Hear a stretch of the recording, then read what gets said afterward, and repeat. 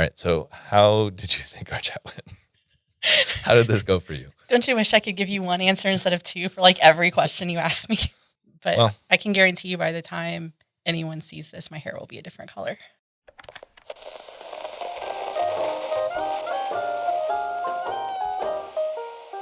Welcome to the Front Porch with Brian Beaudry. hey, Judy. Welcome to the Front Porch. Hi, thanks for having me, Brian. You are Point of Rentals Solutions Engineer Manager, and this is our official introduction. But let's start with the basics. Who are you, even though I just said it? Where are you from? And we'll hold off on the third question. Oh, a lot of questions all at once. Okay, so I am the Solutions Engineer Manager, like you just said, and I am a member of the sales team at Point of Rental. So I have been in software sales for a while. I actually started as a solutions engineer at a different company and then moved over here and joined the team as a solutions engineer before I joined and became the manager of that team. Before I did software sales, I've lived in Texas my whole life. I love living here and don't ever really want to leave. Okay. So, well, let's ask my official third question before I get into other questions. So I talked to Evan earlier this year. He mentioned that y'all are into escape rooms. And now that he's not here, do you actually like escape rooms? Or is he just dragging you to these? I suspect I like escape rooms more than he does. Okay, so you're the one dragging him to all the escape rooms. Probably so. Okay. What's your? We won't get into your top 5 escape rooms, but do you have a top 1? I had to think about it a little bit, but I think my favorite escape room is called Cutthroat Cavern. It's at a place called 13th Gate. It's in Baton Rouge. Okay, that was definitely on his list. I don't remember what number it was, but we'll have to check the list. Check the recording. It was just so cool. I have not had a moment in an escape room before where something happened and everyone in our group just stood there and stared at it because it was so cool. Like this thing happened and we were like, I don't want to leave here. It was just so neat. And we probably spent at least 30 seconds just staring at this thing before we kept playing the game. Yeah, I was going to say, I don't want to leave here. Not a great attitude for an escape room. I mean, probably not, but it was very cool. And it was probably one of the most well done that I've been to. Okay. Now, you mentioned earlier that you've always been part of sales and you're a solutions engineer. How does solutions engineering fit into the sales team? Yeah, I mean, our job is really to get an understanding of what customers are looking to accomplish and then think about how our software could potentially meet those needs for our customers.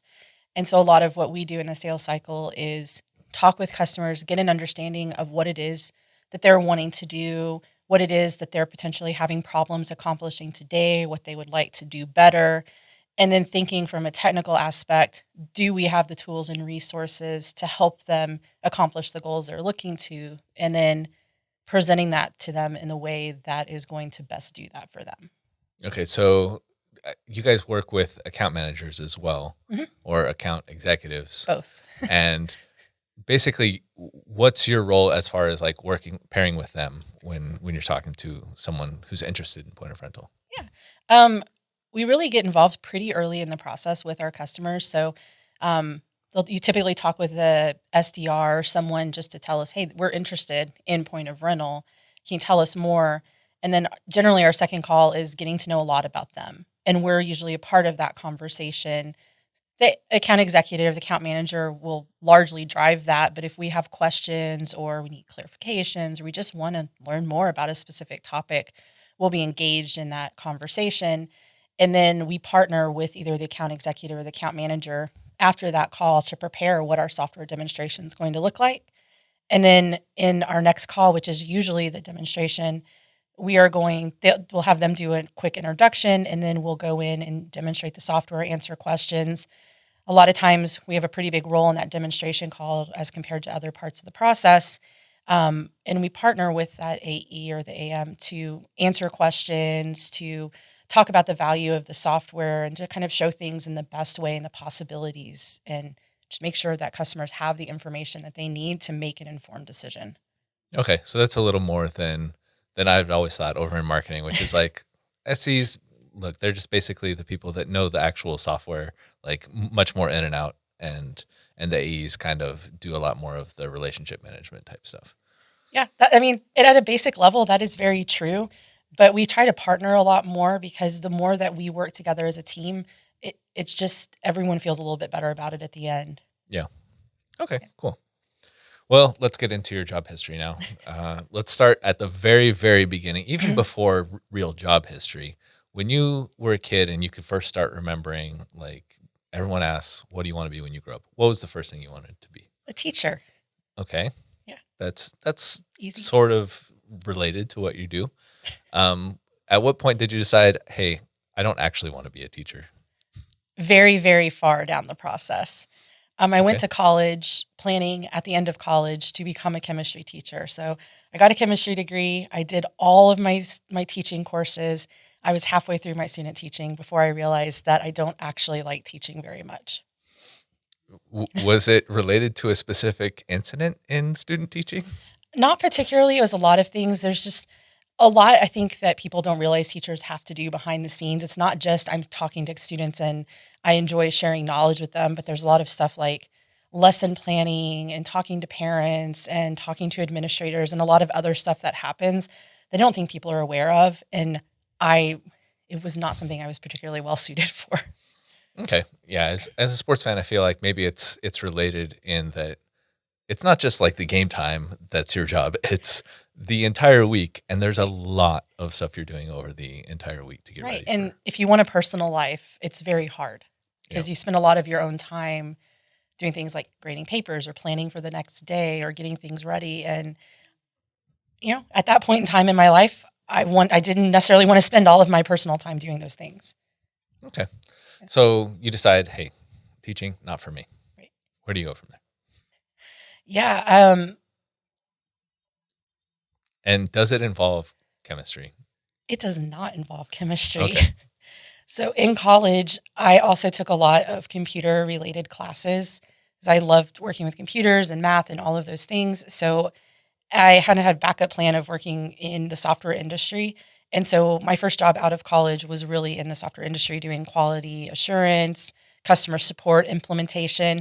I know my LinkedIn profile says that those were all separate jobs, but I worked at a very small company and everyone really did everything. So you did whatever job needed to be done. And at some point, we started kind of specializing in our roles within the company, and I became a software developer, more on the front side, like web development side of things. Okay. And then eventually I made the swap from software development into software sales as a sales engineer.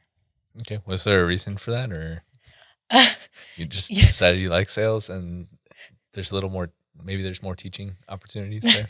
Not exactly. You kind of make of it what you will, but I had something happen in my personal life, and full disclosure, I wrecked a motorcycle. I had a pretty big head injury and a lot of other things that went on. And when I went back to the job, I just did not like sitting behind a desk for 8 hours coding and not talking to people. And so getting in an accident made you actually like want to talk to people more? Yeah, isn't that weird? Oh, that's interesting. Yeah. So basically I wanted to talk a little bit more and get out from behind the computer. So I still had a pretty good knowledge of our software.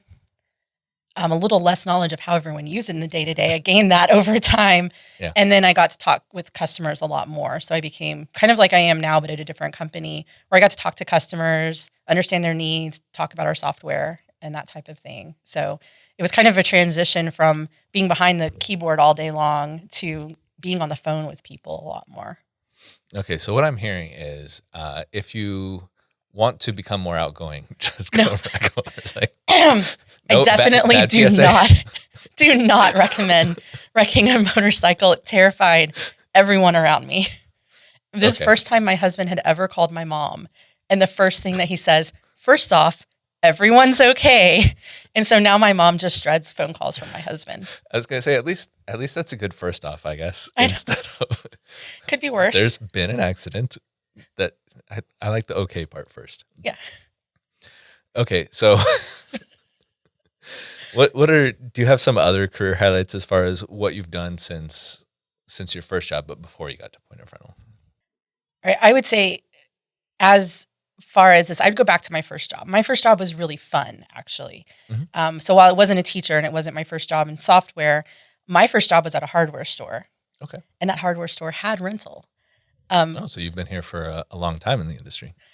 Sort of. I was that high school student doing things that related to rental. So I got to be the person who went in and all these napkins just came in. Can you please count them? Or this came back and it's really dirty. Can you go out back with the pressure washer and hose it off? That was most of my experience, was the person who, when things came in, I got to be the person to clean them. Or occasionally, if they needed a delivery, I also had a truck. So sometimes I got to be the fun person. You know, this like 16-year-old high school girl shows up with your delivery on the back of her pickup truck. That was me occasionally. So it was a pretty fun job. I mean, I really enjoyed working there. Yeah.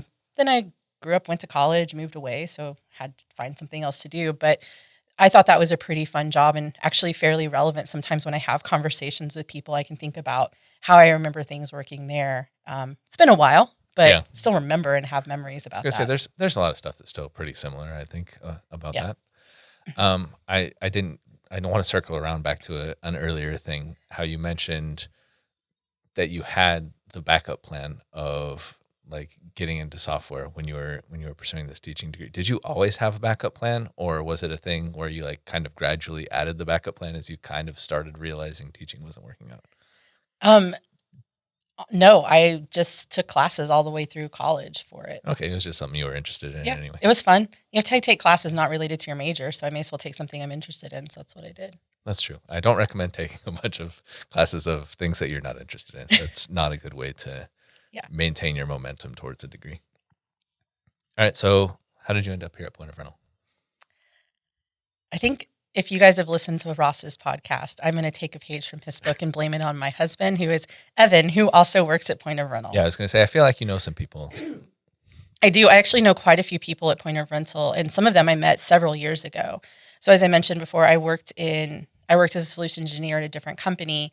And at some point in time there, they sent me to a training in California. And I met two members of the sales team at Point of Rental at that training. Wow. And they still both work here. So when I was going through the interview process, they apparently got asked about how I did at this training. So I still work with them now. And it was just really funny to me that I met them at something completely unrelated to Point of Rental. I'm going to demand the names, by the way. John Hoffer and Mark Jordan. Okay. Thank you, guys. All right. But I also knew Ross. Ross and I have known each other since we were kids, so we grew up pretty close to each other. I was the maid of honor at his siblings' wedding, so known them for quite a while. Yeah, I heard that he and Evan race. Were you part of these races? I went one time. Car racing is not for me. Okay. I tried it. This is my general philosophy in life, is to try everything once, maybe twice. Yeah. But so I did it. I tried it, and then I determined that was not a thing that was particularly fun for me. But then I also knew other people. So I'd worked with Paul Fanola. He's in the implementation team. I'd worked with him at a previous job before. Yeah. Robert Flock. I worked with him as well. So there have been other people at Point of Rental I knew too, and everyone was really happy working here. And so I thought it was a pretty good, when I was looking for a change in my career, why not look at a place where I already know a lot of people? And, I've been to a holiday party here before, so I know I get along with pretty much everybody. I'd even met Lauren before. One time I was flying back from Vancouver, and she was a few seats behind us on the plane. So randomly I ran into somebody else. So it was pretty interesting just how many people I'd met before I came here, and everyone always made me feel welcome and comfortable. And I just knew, like, culturally, this was going to be a really good place for me. Yeah. Wow. You definitely have a bigger circle than I do. I've never run into any pointers on any flights, except for when we're like going specifically taking the same flight because of Point of Rental. Okay. So what do you do now that you're a solutions engineer manager? We talked about what solutions engineers do. What does a solutions engineer manager do? I manage the solutions engineers. Brian. All right.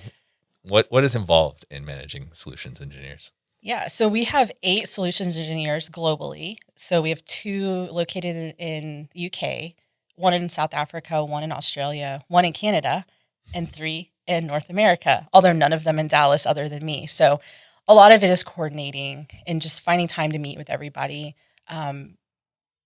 training them on some product, but it's a lot of best practice in solutions engineering, giving feedback on demos that they've done, or answering questions, or giving advice on how they approach certain situations, and just building, in general, camaraderie between our team members so that they feel comfortable that they have somebody to reach out to when they have questions. Because even though they're all very smart people, occasionally questions come up that we just don't know the answer to. So just knowing that they feel comfortable asking each other for that type of support is really important. And then on top of that, I work with the other members of the sales team. So the teams that manage the account managers or the account executives. It's pretty important that we're all working well together. Yeah. So just making sure that that process is being done and that we're working as well as we can to support our teams, and that we have good relationships between those different groups within sales. Are there any like additional challenges? I mean, obviously you've been in solutions engineering, but like you mentioned, you have people all across the world and literally no one else is here in the office with you. What are some of the additional challenges that brings to you? Scheduling meetings is really fun. I actually don't have a time that I can schedule a meeting that every single member of the team can be there. Yeah. It's going to be 2 a.m. for someone. So we try to schedule meetings where most of the team can be there, but then we also schedule meetings. So like the UK team can meet with our guy in Australia. The US team can meet with the guy in Australia. The US team can meet with the guys in Europe. So we're really just trying to make sure that everyone has open lines of communication. I think that's probably honestly a big part of it, is just making sure that there's time for everybody and everyone feels heard and listened to. Yeah. And then on top of that, I think another added challenge, we sell multiple solutions within the company. So we have 3 main RMSs that we sell, Yeah. and I know 2 of those 3 very well. So sometimes I have to step back and think of it, or go ask the right people about the third one, because that's not necessarily my area of expertise, and I just have to rely on my team that they will be able to cover those pieces. For sure. Okay.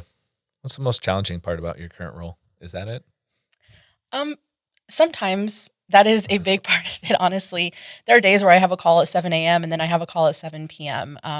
But I definitely want to be there and be supportive of the team that I'm working on. I would say that's probably one of my biggest challenges, is just making sure that everyone feels like they have enough time.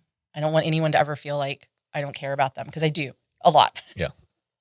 Yeah, that's definitely challenging. Like I have weird hours, and we have a member of our team who's in Australia, and it's like, technically my day ends before you really even get up. But yes, I will stick around for a couple hours just so we can communicate. And okay, what's your favorite part about your current role then? I really like when I see the progress that my team members are making. Whenever they get a shout out or a kudos, I'm really proud of them for it. Like, it's insanely rewarding for me when my team is recognized for the work that they're doing. I think that's the thing that makes me most happy, is when they get recognized for something. And I know that's really cheesy, but I really like that. I like when they get appreciation and called out on good work that they've done. Yeah, because I know like in sales, at least on the like account manager side, it's like, all right, you have like the sales are kind of assigned to you, and you have like the whole leaderboard and thing. But for the SE side of things, it's just like you guys are kind of helping across everything, and there's not necessarily you brought in X number of dollars. Yeah, because we focus as a team. Like, if one of us succeeds, we all kind of succeed. That's kind of the mentality I try to have on that. And yeah, it's not really the same as saying, hey, you didn't hit your numbers this month. It's, as a group, we want to do what's best for the company. Yeah. All right. Well, I like that vibe a lot more than the super competitive. Don't get me wrong. Some of us are competitive still, but not the same way. I think that. Okay. Before we get into your non-professional life, we got to play a game. We're going into repeats with our titles already, since you have the same last name as Evan. So we're going to play a game of Fort or Fort No.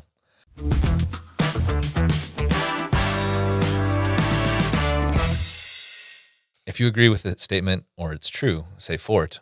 And if you disagree with it, say Fort No. Okay. Have I explained the rules clearly enough? Yes, and thankfully I read them ahead of time too. So. All right, good. Fort or Fort No, you like singing in the shower? Oh, I'm taking notes, by the way. Fort. Okay. What kind of songs are you singing in the shower? Whatever I feel like singing at that moment in time, pretty much everything. Okay. Fort or Fort no, you've cheated at a board game. I feel like this is a trick question. As an adult, knowingly, the answer is Fort no. That's how cheating works, is knowingly. Like if Yeah. you're accidentally doing it, it's not cheating. I imagine that as a child, I probably did on purpose but as an adult, I just don't see the point. Okay, so it was a magic switch. Like once you turned 18, you're like, you know what? My days of cheating at board games, they're over. Maybe 18 is the wrong number. Maybe it was teenager. But you know what I mean? Like kids are like bending the rules to make it better for them. I just don't feel like that's necessary. Okay. Playing to have fun. Oh, I thought you were lose. going to say, I just crush everyone anyway. I don't need to cheat. I mean, Okay. Fort or Fort no, you've told an outrageous lie to a child. Fort. Okay, good. I was going to say, Evan was very adamant that it's important to lie to children. So I'm glad that you guys agree on this. What's the best lie you've told to a child? I honestly couldn't even tell you right now. Oh, you don't? I mean, my favorite thing to do right now is I have a niece who refuses to eat vegetables. Mhm. And my favorite thing to do is sneak vegetables into everything that she likes to eat, but she's kind of caught on to it. So now I save the packages from processed foods and I'll make my own spaghetti sauce and put it into the jar. And as long as she sees us pouring the spaghetti sauce out of the jar with the brand name on it, she'll eat it. Or like I make her homemade chicken nuggets and I put them into the bag from the store-bought chicken nuggets and she eats it. But if I make it and just give it to her, she won't eat it. That sounds like a lot of work for you. But it's really fun. I'm not going to lie. Tricking a child to eat vegetables, I don't know why this is so fun for me, but it is. All right, good. Fort or Fort no, you prefer working from home to working at the office? Probably Fort no. Okay. I have to ask why on all of these. So most of the time that I'm working from home, it's because something's wrong with my house and I have to be there and I don't want to be. Okay, so there's a bad association. Yeah. All right, we're going to get into your house later, so I'm not going to follow up too much on that. Perfect. Fort or Fort no, you have an embarrassing nickname or a nickname that you hate? Fort. Okay, are you going to reveal that? No. Please? If I say please, you're legally obligated. I don't think that I am. Oh. I will tell you something about the nickname, though. Okay. Before I came to work here, Evan told somebody on his team that I have a nickname that I hate and that they should call me this nickname. That's kind of how every time I see them to this day, they call me this nickname. Okay. And so I can do some sleuthing to figure it out. You could, but I'd prefer not everyone know what it is because it makes me very angry. Okay. All right. Well, let's go to a little break. I'm going to have some water here and we'll come back with more questions. Okay. At first, I was excited that people really started noticing me. Looking good, Scotty. Hey, Scott, where'd you get that shirt? That shirt? Jeez! Hey, you been working out? But now it's hard to not feel like a piece of meat sometimes. Yeah, no, so I'm just working on this, profiles things for Salesforce, and, I just don't know. But, dude, come on, my eyes are up here. The shirt is really nice, though. I just wish people would stop obsessing over it. Hey, come on, man, not you too. All right, this interview's over.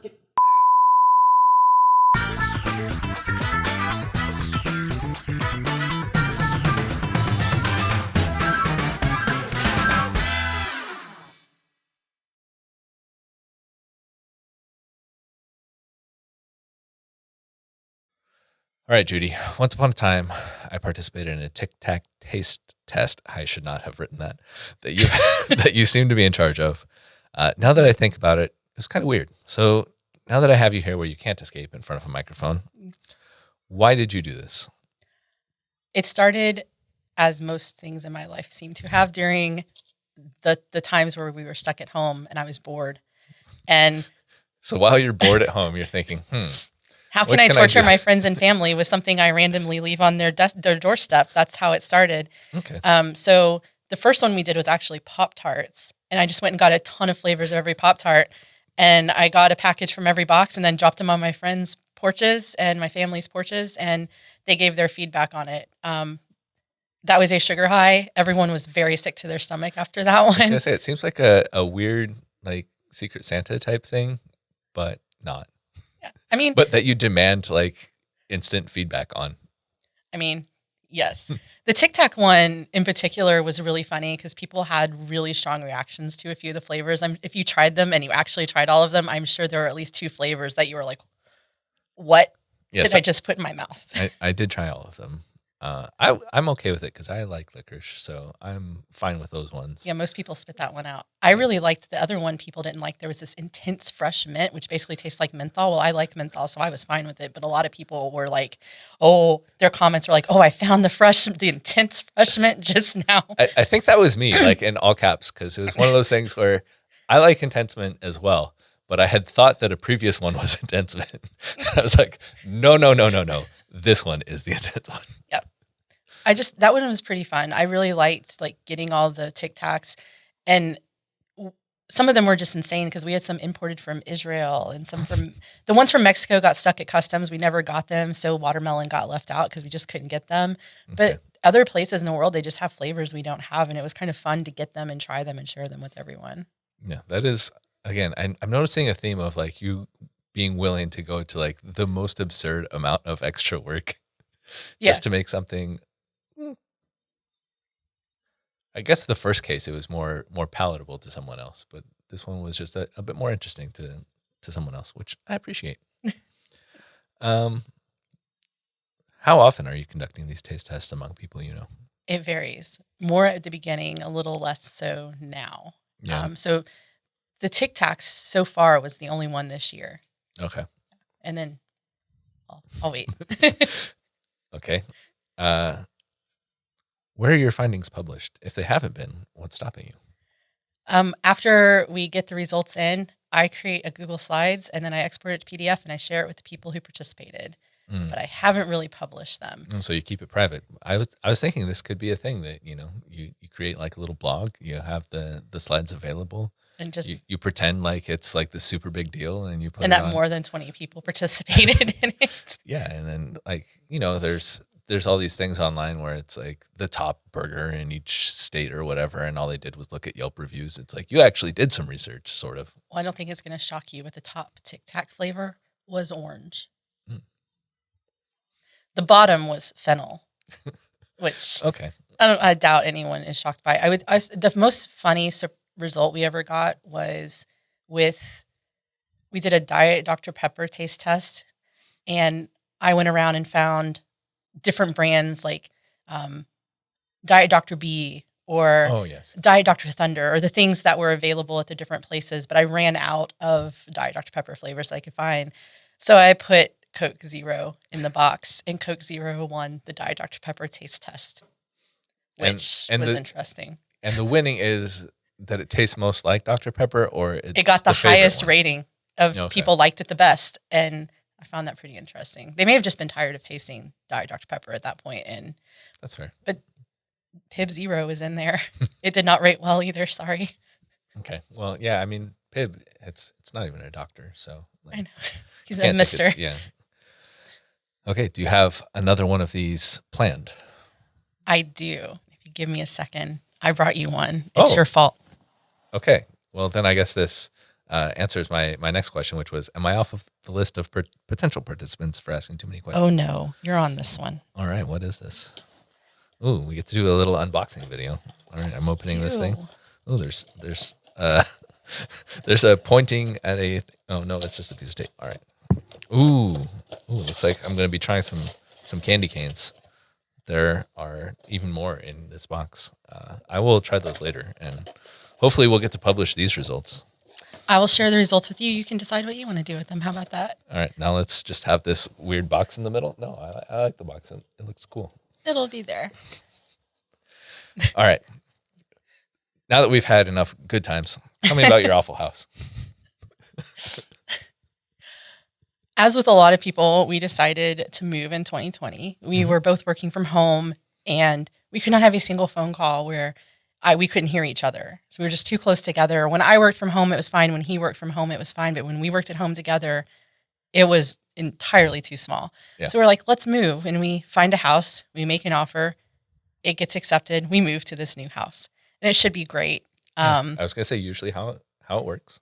And it was not ever great. Probably within the first few months, our neighbor comes over and they're like, our yard smells like chlorine because they had installed a drain, but the end of the drain was in our neighbor's yard. Or for some reason. That's kind of fun, actually. Or the You're first, like, wow, that sounds like a you problem. well, the first rainstorm we have, the yard was sloped down into the front of the house, and water came up through the foundation into the front room of the house and flooded it. Not a good feature. The plumbing was awful. It backed up all the time. We've had to replace multiple parts of that. The roof, part of the roof, we were same rainstorm. We were in the garage and we see this water bubble forming in the ceiling because they had set something on the roof that was just sitting on the shingles, and water was backing up under the shingles and forming bubbles in the ceiling in our garage, which was super fun. All that to say is everything that we do, we start a project. We're like, this is going to be super easy. We're going to get this done in a few weeks. Right now, all we wanted to do was pull up our floors, level the floors, put the floors back down. And it has been 6 months because we found out they removed a load-bearing wall. And not only did they remove the load-bearing wall, they moved the water heater into the attic on top of where they removed the load-bearing wall. So that's what we're fixing right now. So we're learning a lot. Fun.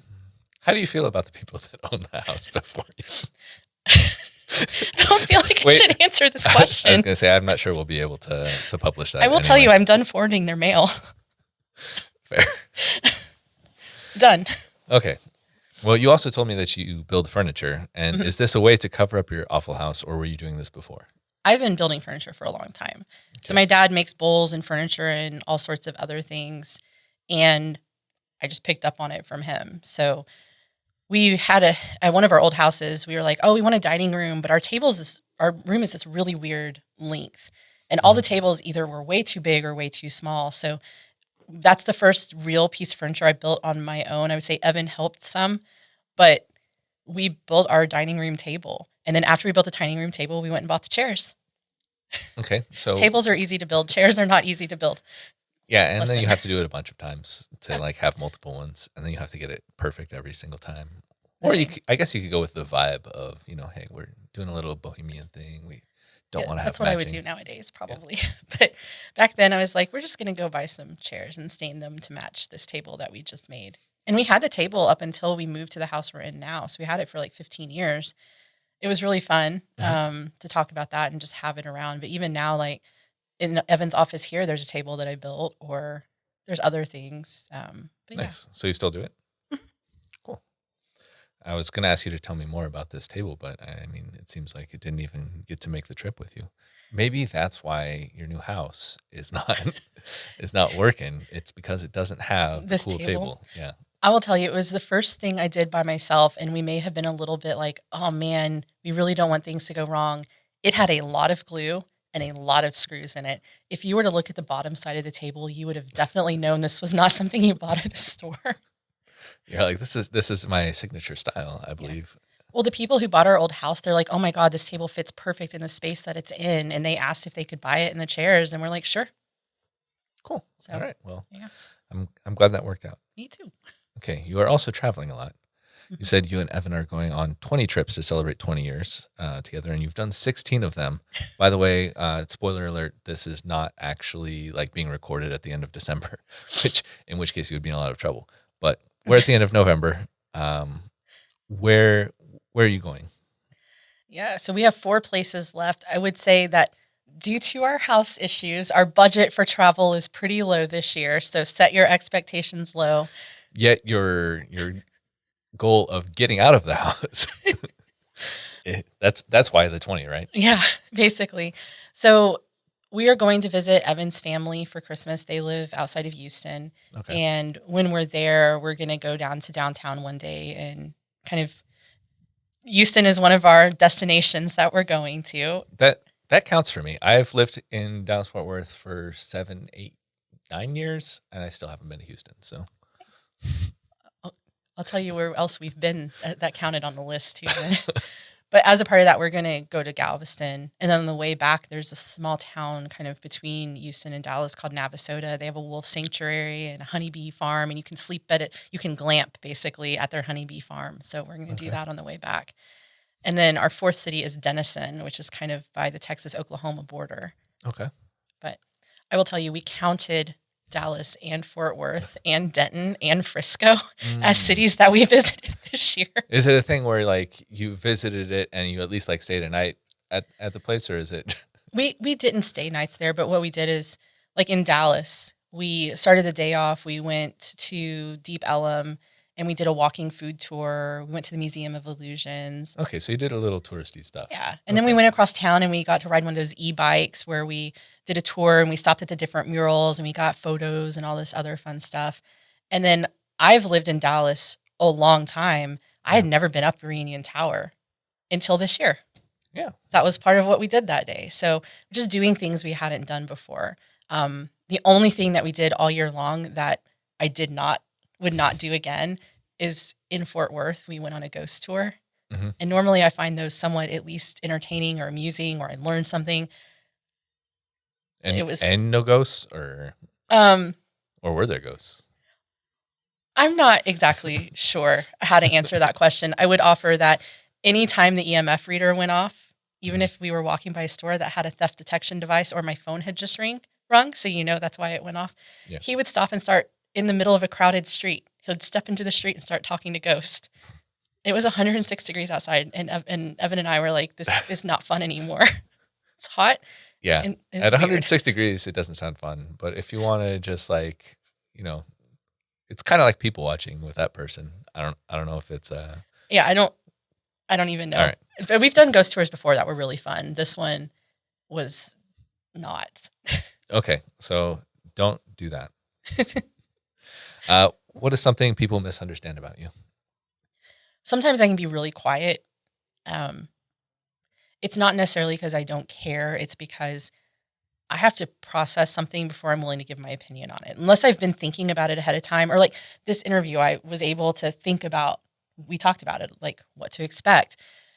If I don't have time to prepare, I sometimes just don't necessarily have an opinion to offer, or even an opinion maybe that I feel is valid to offer. So I think sometimes people think that I don't care or I'm not paying attention. That's not it at all. It's just I have to think about things before I'm willing to tell you what I think about them. Like it takes me a few moments to process those things before I'm willing to offer my thoughts or opinions on it. It's basically. That's fair. Yeah, I think I operate pretty similarly. That's kind of why I always have the questions for other people, because it's like I would not be down for an interview where it's like, hey, I'm just going to ask you a bunch of questions for an hour while you're on camera. And you just be like, yeah, off the top of your dome, just, hey, I need perfect answers. I need you to remember everything that you want to say. Okay. Do you have any questions for me? You get exactly one. What's the funniest prank that you were a part of at Point of Rental? Oh, gosh. The thing is, I'm not generally actually in on most of the pranks because some of the pranks are further than I feel comfortable going. And I'm one of those people that it's like, okay, it's a little too far. I'm going to let this person know like, hey, by the way, like, you're okay. So probably the one that I was most actually involved in was the one where we convinced Thomas that he burned down some buildings, because I was the one who, using like the inspect tool on the page, I edited the Fort Worth Star Telegram article to make it read however it read. And that's why it's like you have to look at my monitor and see it's pulled up. I can't like send you the link or anything. Right. So yeah, there was that one. And then yeah, luckily I kind of let it go after that point, and then it kind of snowballed beyond a place I would have been cool with. So I'm glad he stopped. yeah, at least we stopped it. I am kind of I love chaos, so I am the one who brought up, hey, it is April Fool's Day, and we did just have this thing happen. So I kind of set it up, and then I like to set things up and then just wash my hands and leave. Let someone else Yeah. carry on with the fun. Exactly. And then, sometimes I maybe give the idea to someone who shouldn't have the idea. So, okay. Now, before we go into the 5 important questions, I need you to give me a top 5 list in a segment we'll call Give Me 5.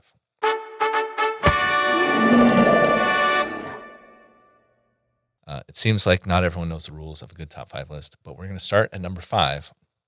We're going to count up to number 1, because if you tell people in your number one first. No one cares about number 5. So you've told me that you have a top 5 list of your top 5 go-to karaoke songs, because I've seen you, very good karaoke singer, definitely got pipes. Do you have your top 5 list off the top of your head, or do you need me to hand it to you? Because I do have it here. I remember the top 4. Okay, let me give you what you said your top 5 was. You can change it if you want. I won't change it. I promise. Now, Oh, I remember it now. I just right. didn't remember the 5th one. Sorry. We're going to do this where you say the title, and then we're going to pause, and I'm going to ask you, why that song or whatever. Okay. So your number 5 go-to karaoke song is? The Only Exception by Paramore. Okay, why do you go with that song? Someone asked me to one time. I was at karaoke and they were like, hey, you should sing this song. And I had heard it a few times, so I learned it. At least you had heard it. I was like, yeah. I went home and I just listened to it on the thing over and over again. And then I learned it.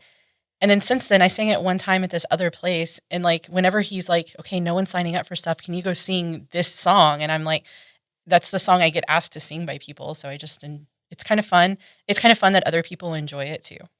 Okay. So number 5 is one that like other people suggest to you. Yeah. All right. Your number 4 go-to karaoke song? Holding You. It's by Gretchen Wilson. Okay. I've heard that name before. Yes. She sings a lot songs that are a lot more outgoing and rowdy. Like she did Redneck Woman. Okay. So I think that's where I heard that's from. probably her most popular song. Yeah. I like this one because it's a lot softer and it's kind of sweet. Like, okay. I just kind of sentimental and cute, and I like it. All right. Number 3. What's your number 3 go-to karaoke song? Crazy by Patsy Cline. Okay. I think I heard that one. I think you sang it at one of our parties. Yes. Okay. Why Crazy? This is the one on the list that I kind of have a love-hate relationship with. Okay. My friend and I were signed up to this talent show, and like 2 days before the talent show, she got bronchitis and she couldn't talk anymore. So she's like, I can't talk and I can't sing, so you're gonna have to do this without me. But the song we'd put in was a duet. So I called the director of the thing that we're supposed to be on, and he's like, well, we have to find a different song. We don't have enough people if you don't participate. So you have to be on. You have to be there. Yeah. So we must go through like 30 minutes of me naming songs and artists that I know. And he'd be like, I don't have that. I don't have that. So I do Walking After Midnight by Patsy Cline. He's like, I don't have that, but I have Crazy. And I'm like, I've never sang that in front of people. I've heard it. Everyone's probably heard the song, but I've never sang it before. I don't really remember it.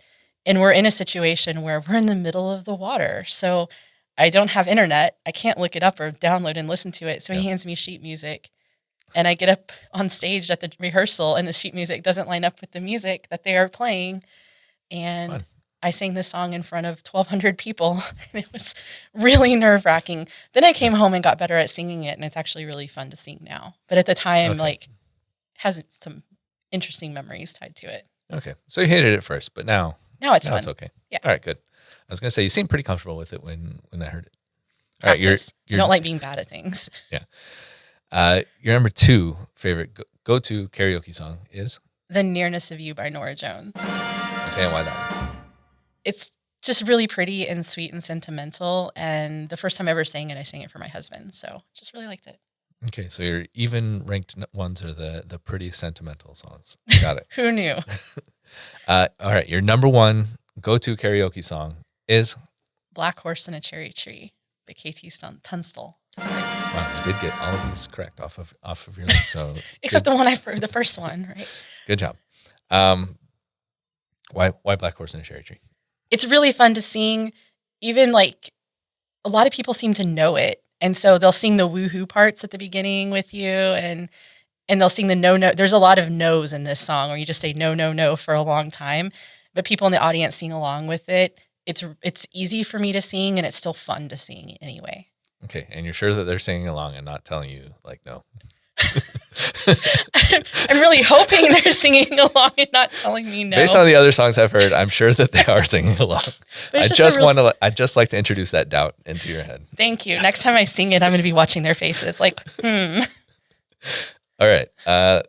Again, now we'll get into the 5 important questions. Okay.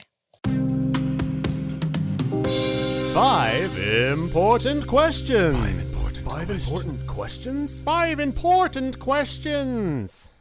We're back for the 5 important questions. Almost done here. So congratulations on getting this far. Yay. Number 1, what would you say is your greatest success in life? We like to start off with a nice little easy, soft one. The simplest one ever. Yep. I'm actually really proud of, I guess this is not just a me thing, but it's a me and my husband thing. I'm really proud that we made it to 20 years. Like, I've had a lot of stuff happen, just like every couple does. And I feel like we got married in college, and a lot of people who get married in college, they grow apart and they don't stay together. I feel like we were really good at having communication and being honest with each other and growing together as opposed to growing apart over the years. And we have a lot of common interests, and we still have a lot of respect and love for each other, which I think is really important. And I really hope that everyone gets that from us when they talk to us, and that we're not just like those bickery people. Yeah, we fight and we have those things. They happen, but we kind of try to keep them between ourselves and kind of handle those in a pretty respectful way. But I'm really happy we got to 20 years, and I feel like that's a big accomplishment. Yeah, well, congratulations on 20 years. I guess I should be supportive and like congratulatory on things. I'm very bad at that, but yeah, good job. You guys do always seem like you guys are pretty on the same page. At least here at work anyway. I can't speak to all times. Number 2, what is your greatest fear? I've been debating if I even want to tell you this. I'm not going to do anything. You will not do anything. Yes, Truth. I will not. I am terrified of moths. That's a weird one. I haven't heard. It is. When I was in high school, one flew into my ear. That would be. Yeah, and my terrifying. mom sent me to school with a moth in my ear. That's so. Not I don't great. like them. When things fly by my ear, it's great. It's not. I was gonna say definitely things in the ear not wonderful for any reason. And for anyone out there listening, I do not want immersion therapy on this. All right. I don't think Lauren actually watches these, but in case she does, don't do that, Lauren. If you could tell first day at work, Judy, one piece of advice. First day at work at Point of Frontal, Judy, one piece of advice. What would you tell her? Just relax. Like, Were you I was very- so nervous my first day here. I don't even know why. I knew so many people coming here, but for some reason I was just like super nervous about starting a new job. And I just think I would tell myself to relax. It's going to be awesome. It can be sort of like more nerve wracking if you know the people and it's like, I know these people and I like these people. I just made this choice to come here. I hope that I didn't make a horrible mistake and I hope that they don't hate me now. Yeah. It's like, I don't want to do a bad job, but then I just have to remind myself, like, it's not in my nature to do a bad job. Like, even if I think I'm going to mess something up, it's okay. I can go ask for help. And like, I just need to calm down and be okay with that. All right. Speaking of messing things up, what is your most embarrassing moment as a pointer? I have 2. Okay. Well, And you're allowed to have 2. They both happened at the holiday parties, different years. Okay. So the first year, Exciting to know that holiday party coming up. yeah, I know. I know it's in a week. Yep. I'm aware. So the first year that I was here, I really like getting recognized for good work that I do. But also sometimes when I'm recognized for things, I'm just really embarrassed by it. So the first year that I was here, the first holiday party, I got one of those awards. And, we do funny awards. Yeah. But I brought it with me. Okay. That's pretty good. Can you point it at that camera? Because I don't know where anything is. It is the most likely to win an award. Mm-hmm. Yeah. I mean, clearly you were the most likely to. It's kind of embarrassing. I'm not going to lie. And of course, everyone at my table just looked at me and started laughing. So I was like, okay, cool. That was fun. So thank you. I do appreciate it. It's funny. It's actually a really funny award and I like it, but also it was kind of embarrassing in the moment. The other one, which honestly is arguably even more embarrassing, last year at the holiday party, we had that game. Yes. Would I lie to you? Yes. And one of the other people up on stage had something about her being like a rodeo horse rider or something like that. Yep. At some point during the game, I asked her to get up and pretend she was riding a horse on stage in front of all of her coworkers.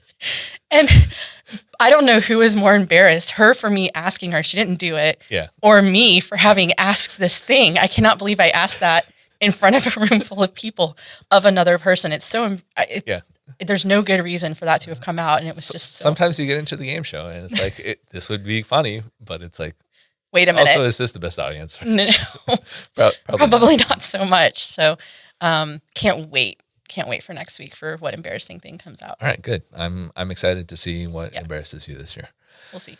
Okay. Well, sorry you've been sentenced to death. Asking your coworker to ride a pretend horse on stage is now punishable by death. And you get to choose your last meal. So what are you choosing and why?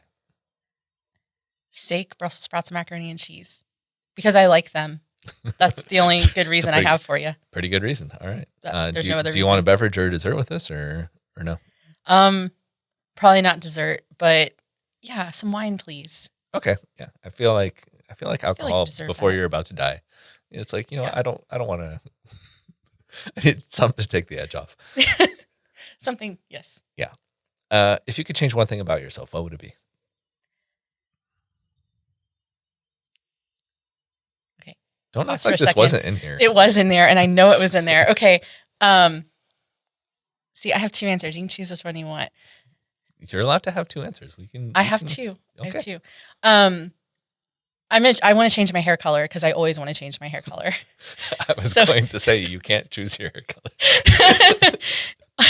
In 2 weeks, my hair will be a different color. So that's just the thing I do all the time. I like changing my hair color. It's not really that important, though. I think the other thing is just how I react to criticism, depending on who I'm getting criticism from or even the validity of it. I don't always react in the best way, and I can just it happens, But like, can relate. If it's from a person that I respect and it's very valid, I have no idea why that hits me so hard. Oh, it's one of the things that I've talked about with some other pointers where it's like there are things that it's like I know I suck at, and it's like I already feel bad about it. I really don't need to hear it from other people. I know. I've been working on these things for a while. It doesn't. It's like I'm trying, guys. You can tell. I wish it would come along with not just telling me I did this thing wrong, but how can I potentially change this thing? Because I don't know how, or I would have done it already. Yeah, and I think that's probably the best way to react is like, hey, that is something that I've identified about myself that like, hey, are you able to help me? Do you have any like resources? I notice that you don't seem to have this challenge that I have. Help me out. Yeah. Okay, if you could change one thing at Point of Rental, what would it be?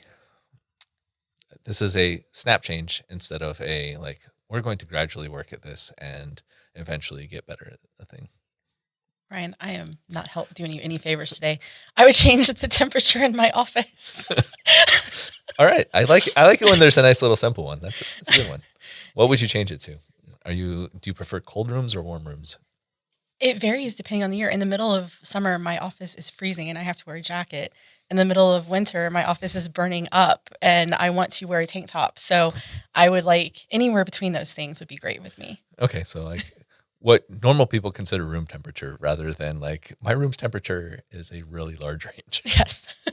Okay. What is your spirit spice? I took a BuzzFeed quiz on this before we came into the room today, and apparently my spirit spice is paprika. Okay, why are you paprika? Because it's bold and complex, Ooh. according to BuzzFeed. Okay, well, at least you are citing sources on this instead of just making it up. A very reliable source. All right. Yes. Tell me a secret about Point of Rental. It doesn't have to be a secret to like all pointers, but it could be like a secret to like the industry or anyone generally watching. Generally watching. Well, I feel like we should talk about Irby. Okay, tell me about Irby. Do you remember him? We haven't seen him in a while. Yeah, I haven't. I think he's lost or dead. I fear for him. We have an office gnome. His name is Irby, and he's really cute. He hides out in various different locations. Occasionally he gets spotted, and when he does, we take selfies with him. We post him in one of our water cooler channels, or we have a little channel for him. And then he goes off and hides somewhere else until someone finds him again. But we haven't seen him in a while. He's been missing. So if you guys see Irby, we are looking for him. But we all miss him, and we're really concerned about his safety and well-being. That's very true. I'll try to get a picture. Like an archival picture that we can put on during the. Yeah, and we do have an interview with him if we wanted to. If anyone's curious to learn more about him, I'm not gonna find that. You know what? That was actually, if we go back to the embarrassing questions, something happened with that too. So when we recorded that video, I had installed on my browser this speech emulator that would change my voice so that I would sound more like a gnome, right? Yes. And I forgot to uninstall it.